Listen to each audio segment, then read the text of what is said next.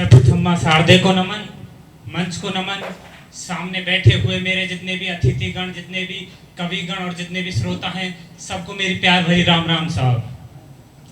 आज राजस्थान के वीर और वीरांगनाओं के ऊपर जो ये दिल्ली में कार्यक्रम रखा गया है, मैं कोई आज कवि की भूमिका में नहीं आया हूँ, मैं भी राजस्थान की धरती से ही आया हूँ। और आज मैं उन सभी वीरों का, क्योंकि जब जब दिल्ली की दीवारों को शक्ति का दंभ हुआ है, जब जब दिल्ली की दीवारों पे शक्ति का दंभ छाया है, तब तब राजस्थान के वीरों ने ही दिल्ली को आईना दिखलाया है। तो आज मैं उन सभी राजस्थान के वीरों की तरफ से चारण बन के आया हूँ, जो चारण राजस्थान के गांव-गांव में, गली गलियों में जाकर उन वीरों की लीलाओं को गाया करते थे, उनकी महत्ताओं को बतलाया करते थे। आज मैं उन्हीं वीरों का चारण बन करके आया हूँ। कवि लिखते हैं, महाकवि जो मेवाड़ के राज कवि भी कहलाए हैं, नरेंद्र मिश्र जी। आज मैं उनकी एक कविता का वाचन करने वाला हूँ। उस कविता की भूमिका थोड़ी सी इतनी है कि जब अलाउद्दीन खिलजी को मेवाड़ की रानी पद्मिनी के बारे में पता चलता है कि राणा रतन सिंह एक विश्व सुंदरी महारानी से शादी कर करके आए हैं, राघव चेतन जब उन्हें बताते हैं कि वो इतनी सुंदर है कि जब वो पानी भी पीती है तो गले से दिखाई देता है, तो रतन सिंह तुरंत ही मेवाड़ पे आक्रमण कर देते हैं और घेरा डाल देते हैं। मेवाड़ पर घेरा डालने के बाद जब मेवाड़ को जीत पाने में असमर्थ होते हैं, तो छल का सहारा लेते हैं और रतन सिंह की तरफ मैत्री का हाथ बढ़ाते हैं। रतन सिंह जो कि राजपूत थे, ना समझ पाए उसके छल को और मैत्री निभाने को साथ आ जाते हैं। खिलजी अपनी एक शर्त रखता है कि मैं अपनी सेना लेके दिल्ली वापस लौट जाऊंगा, बस एक बार मुझे पद्मिनी दिखा दे, एक बार उसकी झलक दिखा दे। राणा रतन सिंह को उनके सेनापति गौरा सिंह बहुत मना करते हैं कि इनकी बातों में मत आइए, लेकिन रतन सिंह उनसे कहते हैं कि तुम अभी राजनीति नहीं जानते हो, तुम यहाँ से निकल जाओ और हमें राजनीति संभालने दो। सेनापति गौरा रुष्ट होकर के जंगल में चले जाते हैं और रतन सिंह खिलजी को पद्मिनी दिखा के बाहर लेकर के आते हैं। छल से खिलजी रतन सिंह को बंदी बना लेता है और यहाँ दिल्ली ले आता है। और गीत कवि कैसे लिखते हैं कि दोहराता हूँ सुनो रक्त से लिखी हुई कुर्बानी, दोहराता हूँ सुनो रक्त से लिखी हुई कुर्बानी, जिसके कारण मिट्टी भी चंदन है राजस्थानी, जिसके कारण मिट्टी भी चंदन है राजस्थानी। कि खिलजी का चित्तौड़ दुर्ग से एक संदेशा आया। जब रतन सिंह को लेकर के दिल्ली की सलाखों में बंद कर देता है वो खिलजी, तब यहाँ से संदेशा भेज रहा मेवाड़ को कि खिलजी का चित्तौड़ दुर्ग में एक संदेशा आया, जिसको सुनकर शक्ति शौर्य साहस पे अंधियारा छाया। 10 दिन के भीतर पद्मिनी का डोला यदि ना आया, 10 दिन के भीतर पद्मिनी का डोला यदि ना आया, यदि न रूप की रानी को तुमने दिल्ली तक पहुंचाया, तो फिर राणा रतन सिंह का शीश कटा पाओगे, तो फिर राणा रतन सिंह का शीश कटा पाओगे, और शाही शर्त न मानी तो पीछे पछताओगे, और यदि शाही शर्त न मानी तो पीछे पछताओगे। यह दारुण संवाद लहर सा दौड़ गया गढ़ भर में, चित्तौड़ में, कि यह दारुण संवाद लहर सा दौड़ गया गढ़ भर में, यह बिजली की तरह क्षितिज सा फैल गया अंबर में। महारानी हिल गई, शक्ति का सिंहासन डोला था, महारानी पद्मिनी के महारानी हिल गई, शक्ति का सिंहासन डोला था सत्यत्व मजबूर जुल्म विजयी स्वर में बोला था। कि रुष्ट हुए सेनापति थे, सेनापति गौरा जो जंगल में चले गए थे रुष्ट होके, कि रुष्ट हुए बैठे थे सेनापति गौरा रणधीर, जिनसे रण में भय खाती थी खिलजी की शमशीर, जिनसे रण में भय खाती थी खिलजी की शमशीर। अन्य अनेकों मेवाड़ी योद्धा गढ़ छोड़ गए थे, रत्न सिंह की संधि नीति से नाता तोड़ गए थे, पर रानी ने प्रथम वीर गौरा को खोज निकाला। कहते हैं रानी महल छोड़ करके वन वन में नंगे पांव भटक करके उस मेवाड़ी सेनापति वीर गौरा को ढूंढने निकल पड़ी थी और जंगल में उसे ढूंढ निकाला। पर रानी ने प्रथम वीर गौरा को खोज निकाला, वन वन भटक रहा था मन में तिरस्कार की ज्वाला। गौरा से पद्मिनी ने खिलजी का पैगाम सुनाया, मगर वीरता का अपमानित ज्वार न मिट पाया। बोला मैं तो बहुत तुच्छ हूँ, राजनीति में क्या जानूं, कहा कि आपने उस दिन निकाल दिया था मेवाड़ से कि तुम राजनीति कुछ नहीं जानते हो, अब क्यों आई हो इसके दर पे?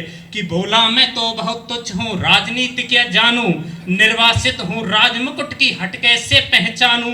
बोली पद्मिनी समय नहीं है वीर क्रोध करने का, अगर धरा की आन मिट गई घाव नहीं भरने का। दिल्ली गई पद्मिनी तो फिर पीछे पछताओगे, और जीते जी राजपूती कुल को दाग लगा जाओगे, और जीते जी राजपूती को दाग लगा जाओगे। राणा ने जो कहा किया वह माफ करो सेनानी। अब पद्मिनी समझा रही है कि राणा ने जो किया कहा वह माफ करो सेनानी। यह कह गौरा के चरणों में झुकी पद्मिनी रानी। जैसी पद्मिनी रानी गौरा के चरणों में झुकती हैं, गौरा कहते हैं कि हैं ये क्या करती हो, हैं ये क्या करती हो। गौरा पीछे हट बोला, और राजपूती गर्मा का धधक उठा फिर सोला। बोला महारानी तुम केवल रावल कुल की जगदम्बा हो, प्राण प्रतिष्ठित एक लिंग की ज्योति जगदम्बा हो, प्राण प्रतिष्ठित एक लिंग की ज्योति जगदम्बा हो। जब तक गौरा के सर पर दुर्जय शीस रहेगा, महाकाल से भी राणा का मस्तक नहीं कटेगा, महाकाल से भी राणा का मस्तक नहीं कटेगा। तुम निश्चिंत रहो महलों में, आज गौरा क्या कह रहे हैं कि तुम निश्चिंत रहो महलों में देखो समर भवानी, तुम निश्चिंत रहो महलों में देखो समर भवानी। और खिलजी देखेगा आज केसर या तलवार का पानी, और खिलजी देखेगा अब केसर या तलवार का पानी। कि राणा के सकुशल आने तक गौरा नहीं मरेगा, और एक प्रहर तक सर कटने पर भी धड़ युद्ध करेगा।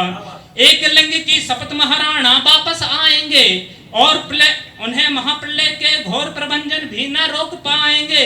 शब्द में वाड़ी सेनापति का था तूफानी, शब्द में वाड़ी सेनापति का था तूफानी। शंकर के डमरू में जैसे जागी वीर भवानी, दोहराता हूँ सुनो रक्त से लिखी हुई कुर्बानी। जिसके कारण मिट्टी भी चंदन है राजस्थानी, जिसके कारण मिट्टी भी चंदन है राजस्थानी। कि खिलजी मचला था पानी में आग लगा देने को, खिलजी मचला था पानी में आग लगा देने को, पर पानी प्यासा बैठा था ज्वाला पी जाने को। गोरों का आदेश हुआ, गौरा का आदेश हुआ था सज गए 700 डोले, गौरा का आदेश हुआ था सज गए 700 डोले। रणवांकुरे बादल से फिर गौरा सेनापति बोले, खबर भेज दो खिलजी को पद्मिनी स्वयं आती है, अन्य 700 सखियां भी वो संग लिए आती है। स्वयं पद्मिनी ने बादल का कुमकुम तिलक किया था। बादल सिंह जो कि सेनापति गौरा सिंह का भतीजा था, कि स्वयं पद्मिनी ने बादल का कुमकुम तिलक किया था। दिल पर पत्थर रख भी की आंखों से विदा किया था, और 700 सैनिक जो यम से भी भिड़ सकते थे। हर सैनिक सेनापति था जो लाखों से लड़ सकते थे, हर सैनिक सेनापति था जो लाखों से लड़ सकते थे। एक एक कर बैठ गए सज गई डोलियां पल में, एक एक कर बैठ गए सज गई डोलियां पल में। मर मिटने की होड़ लगी थी उस मेवाड़ी दल में, हर डोली में एक वीर था 4 उठाने वाले। एक एक अंदर बैठ गए और 4 कहार बनकर के उनको उठाने लगे। कि हर डोली में एक वीर था 4 उठाने वाले, 5 ही शंकर के गणों के जैसे समर मत वाले। बजा कूच का शंख सैनिकों ने जयकार लगाई, हर हर महादेव की ध्वनि से 10 दिशा लहराई। गौरा बादल के अंतस में जगी ज्योति की रेखा, मातृभूमि चित्तौड़ दुर्ग को फिर जी भर कर देखा, मातृभूमि चित्तौड़ दुर्ग को फिर जी भर के देखा। देशभक्त की निकल पड़े लिखने को अमर कहानी, जिसके कारण मिट्टी भी चंदन है राजस्थानी। आज वो 700 डोलियों में वीर बैठ करके जिन्हें में एक एक अंदर बैठा था 4 उठाने वाले थे। टोटल 3500 सैनिक मेवाड़गढ़ से निकल करके दिल्ली पर आक्रमण करने के लिए आ रहे हैं। टोटल 3500 की सेना और इधर लाखों की सेना है। और वो रणवांकुरे कैसे आ रहे हैं कि जा पहुंची डोलियां अब खिलजी की सरहद में, दिल्ली आ गई। कि जा पहुंची डोलियां अब खिलजी की सरहद में, उधर दूत भी जा पहुंचा खिलजी के रंग महल में। बोला शहंशाह पद्मिनी मल्लिका बनने आई है, रानी अपने साथ हुस्न की कलियां भी लाई है, रानी अपने साथ हुस्न की कलियां भी लाई है। मगर एक फरियाद फकत उसकी पूरी करवा दो, रावल रतन सिंह से केवल एक बार मिलवा दो। खिलजी उछल पड़ा ये सुनकर फौरन हुक्म दिया है, बड़े शौक से मिलने का शाही फरमान दिया है। वो शाही फरमान दूत ने गौरा तक पहुंचाया, वो शाही फरमान दूत ने गौरा तक पहुंचाया। गौरा झूम उठे उस पल बादल को पास बुलाया, बोले बेटा वक्त आ गया कट मरने का, मेवाड़ी मेवाड़ धरा का दूध सफल करने का। और अब बादल सिंह को अपने पास बुलाकर सेनापति गौरा उसको रणनीति समझा रहे हैं कि कैसे कैसे रणनीति बिछानी है। सुनिए कि यह लोहार पद्मिनी ग्रह में बंदी ग्रह जाएगा। एक लोहार साथ में ले गए थे कि राणा रतन सिंह की बेड़ियों को काटने के लिए, कि यह लोहार पद्मिनी बेस में बंदी ग्रह जाएगा, केवल 10 डोलियां लिए गौरा पीछे धाएगा, ये बंधन काटेगा हम राणा को मुक्त करेंगे, घुड़सवार कुछ उधर आड़ में भी तैयार रहेंगे, जैसे ही राणा आए वे सब आंधी बन जाएं, जैसे ही राणा आए वे सब आंधी बन जाएं, और उन्हें चित्तौड़ दुर्ग से सकुशल तक पहुंचाएं, और उन्हें चित्तौड़ दुर्ग में सकुशल पहुंचाएं। अगर भेद खुल जाए, अगर पता भी लग जाए कि 700 रानियां नहीं आई हैं, कोई वीर आए हैं, कि अगर भेद खुल जाए वीर तो पल की देर न करना, और शाही सेना आ पहुंचे तो बढ़कर रण करना। राणा जिधर जाए शत्रु को उधर न बढ़ने देना, एक यवन को भी उस पथ पर पांव न धरने देना। मेरे लाल लाडले बादल आन न जाने पाए, मेरे लाल लाडले बादल आन न जाने पाए, तिल तिल कट मरना लेकिन मेवाड़ी शान न जाने पाए, कि तिल तिल कट मरना पर ले मेवाड़ी शान न जाने पाए। बादल बोला ऐसा ही होगा काका, रजपूती अमर रहेगी, बादल की मिट्टी से भी गौरव की गंध बहेगी। तो फिर आ बेटा बादल, तो फिर आ बेटा बादल, सीने से तुझे लगा लूं, हो न सके शायद अब मिलना अंतिम लाड़ लड़ा लूं। यह के बाहों में भरकर बादल को गले लगाया, धरती कांप गई अंबर का अंतस मन भर आया, धरती कांप गई अंबर का अंतस मन भर आया। सावधान कह पुनः बढ़े गौरा पथ पर सेनानी, बोले कि अब कर्ण वार्तालाप बहुत हो गया, अब सावधान रहो, अब लड़ने का वक्त आ गया। कि सावधान कह पुनः बढ़े गौरा पथ पर अभिमानी, पहुंच लिया झट से मुड़कर बूढ़ी आंखों का पानी, जिसके कारण मिट्टी भी चंदन है राजस्थानी। और अंतिम बंद कि गौरा की चातुरी चली राणा के बंधन काटे। बंदी गृह में पहुंच गए लोहार ने तुरंत राणा रतन सिंह के बंधन काट दिए, कि गौरा की चातुरी चली राणा के बंधन काटे, छांट छांट कर शाही पहरेदारों के सर काटे, लिपट गए गौरा से राणा गलती पर पछताए, सेनापति की नमक हलाली देख नयन भर आए। पर खिलजी का सेनापति जो पहले ही संकित था, जफर खान को पता था कि अलाउद्दीन खिलजी तो पद्मिनी के प्रेम में सौंदर्य में पागल हो सकता है, लेकिन ये मेवाड़ी सेना है, ये इस तरह से अपनी औरतों को यहाँ दिल्ली नहीं भेज देगी। एक एक मर जाएगा लेकिन चाहे जल के राख हो जाएंगे, लेकिन दिल्ली में यहाँ भेज दें। उसको पहले ही शंका थी कि सेनापति की देख हलाली देख नयन भर आए। पर खिलजी का सेनापति जो पहले ही संकित था, वह मेवाड़ी चट्टानी वीरों से आतंकित था, वह मेवाड़ी चट्टानी वीरों से आतंकित था। जब यह मिलन लखा समझ गया पद्मिनी नहीं आई, और मेवाड़ी सेना की खिलजी की मौत साथ लाई। पहले से तैयार फौज को उसने फिर से ललकारा, निकल गया टिड्डी दल रण का बजने लगा नगाड़ा। दृष्टि फिरी गौरा की मानी राणा को समझाया, रण मत वाले को रोका जबरन चित्तौड़ पठाया। राणा चले तभी शाही सेना लहरा कर आई, खिलजी की लाखों नंगी तलवारें पड़ी दिखाई, खिलजी की लाखों नंगी तलवारें पड़ी दिखाई। खिलजी ललकारा दुश्मन को भाग न जाने देना। उधर अलाउद्दीन खिलजी चिल्ला रहा है कि खिलजी ललकारा दुश्मन को भाग न जाने देना, रतन सिंह का शीश काट कर वीरो ही दम लेना। के टूट पड़ो मेवाड़ी वीरो बादल सिंह गरजाया, टूट पड़ो मेवाड़ी शेरो बादल सिंह ललकारा। हर हर महादेव का गर्जा नब्बे धी जयकारा, हर हर महादेव का गर्जा नब्बे धी जयकारा। निकल टोलियों से मेवाड़ी बिजली लगी चमकने, काली का खप्पर भरने तलवारें लगी खटकने। राणा के पथ पर शाही सेनापति तनिक बढ़ा था, और उस पर थोकोरा हिमगिरिसा अड़ग खड़ा था। कहा जफर से एक कदम भी आगे बढ़ न सकोगे, और यदि आदेश न माना कुत्ते की मौत मरोगे। रतन सिंह तो दूर न उसकी छाया तुम्हें मिलेगी, दिल्ली की भीषण सेना की होली आज जलेगी, दिल्ली की भीषण सेना की होली आज जलेगी। यह कह गौरा महाकाल वन रण में जब हुंकारा, लगा काटने शीश समर में बही रक्त की धारा। खिलजी की असंख्य सेना से गौरा घिरे हुए थे, पर वह तो मानो रण में मृत्युंजय बने हुए थे। पुण्य प्रकाशित होता है जैसे अगणित पापों से, फूल खिला रहता है जैसे असंख्य कांटों से संतापों से। यूं मेवाड़ी शेर अकेला लाखों से लड़ता था, बढ़ा जिस तरफ वीर उधर ही विजय मंत्र पढ़ता था। इस भीषण रण से दिल्ली थी दीवारें दहली थी, इस भीषण रण से दहली थी दिल्ली की दीवारें। गौरा से टकराकर टूटी खिलजी की तलवारें, गौरा से टकराकर टूटी खिलजी की तलवारें। मगर कयामत देख अंत में छल से काम लिया था। जफर खान समझ गया था कि गौरा को इस तरह हराना तो नामुमकिन है। तो देख बढ़ा जिस तरफ वीर उधर ही विजय मंत्र पढ़ता था। जो ही गिरे मगर कयामत देख अंत में छल से काम लिया था। गौरा की जंगह पर अर ने छिपकर वार किया था। जो ही गिरे वीरवर गौरा जफर सामने आया, धोखे से शीश उतार दिया गौरा का मन में हर्षाया। मगर बाहरे मेवाड़ी गौरा का धड़ भी दौड़ा।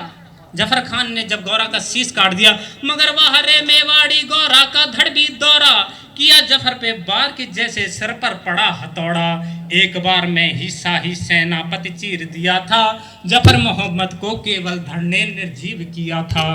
जो ही जफर कटा शाही सेना का साहस लर्जा, काका का कटा देख सर महारुद्र सा गर्जा।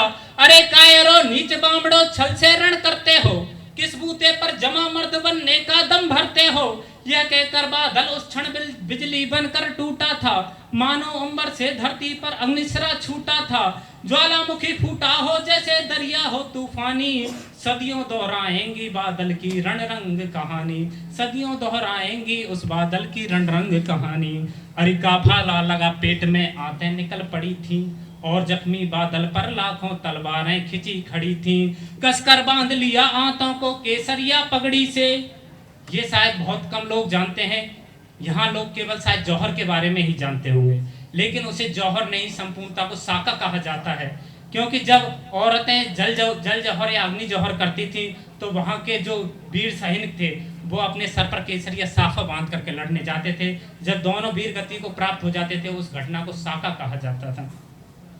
कि कसकर बांध लिया आंतों को केसरिया पगड़ी से, रंचक डिगाना प्रियंकर सन्मुख मृत्यु खड़ी से। अब बादल तूफान बन गया शक्ति बनी फौलादी, मानो खप्पल लेकर रण में लड़ती हो आजादी, मानो खप्पल लेकर रण में लड़ती हो आजादी।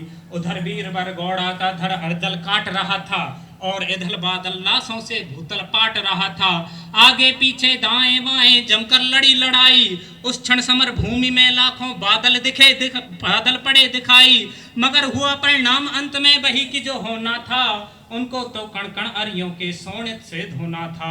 मेवाड़ी सीमा में राणा सब चल पहुंच गए थे, गौरा बादल तिल तिल कटकर रण में खेत रहे थे।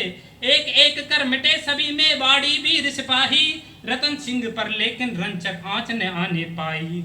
गौरा बादल के सब पर भारत माता रोई थी, उसने अपनी दो ज्वलंत मणियां जैसे खोई थी। धन्य धरा मेवाड़ धन्य गौरा बादल अभिमानी, जिनके बल से रहा पद्मिनी का सतित्व अभिमानी। जिसके कारण मिट्टी भी चंदन है राजस्थानी, दोहराता हूँ सुनो रक्त से लिखी हुई कुर्बानी। जिसके कारण मिट्टी भी चंदन है राजस्थानी।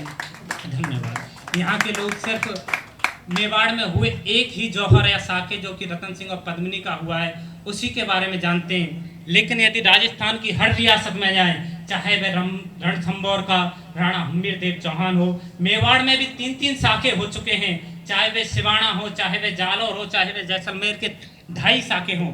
राजस्थान में जाने कितने साके हो चुके हैं। लगता है जब जब दिल्ली को अहंकार छाएगा, तब तक राजस्थान की वीरांगनाओं को, यहाँ की दिल्ली के वीर गाथाओं के बारे में सुनाना पड़ेगा। धन्यवाद।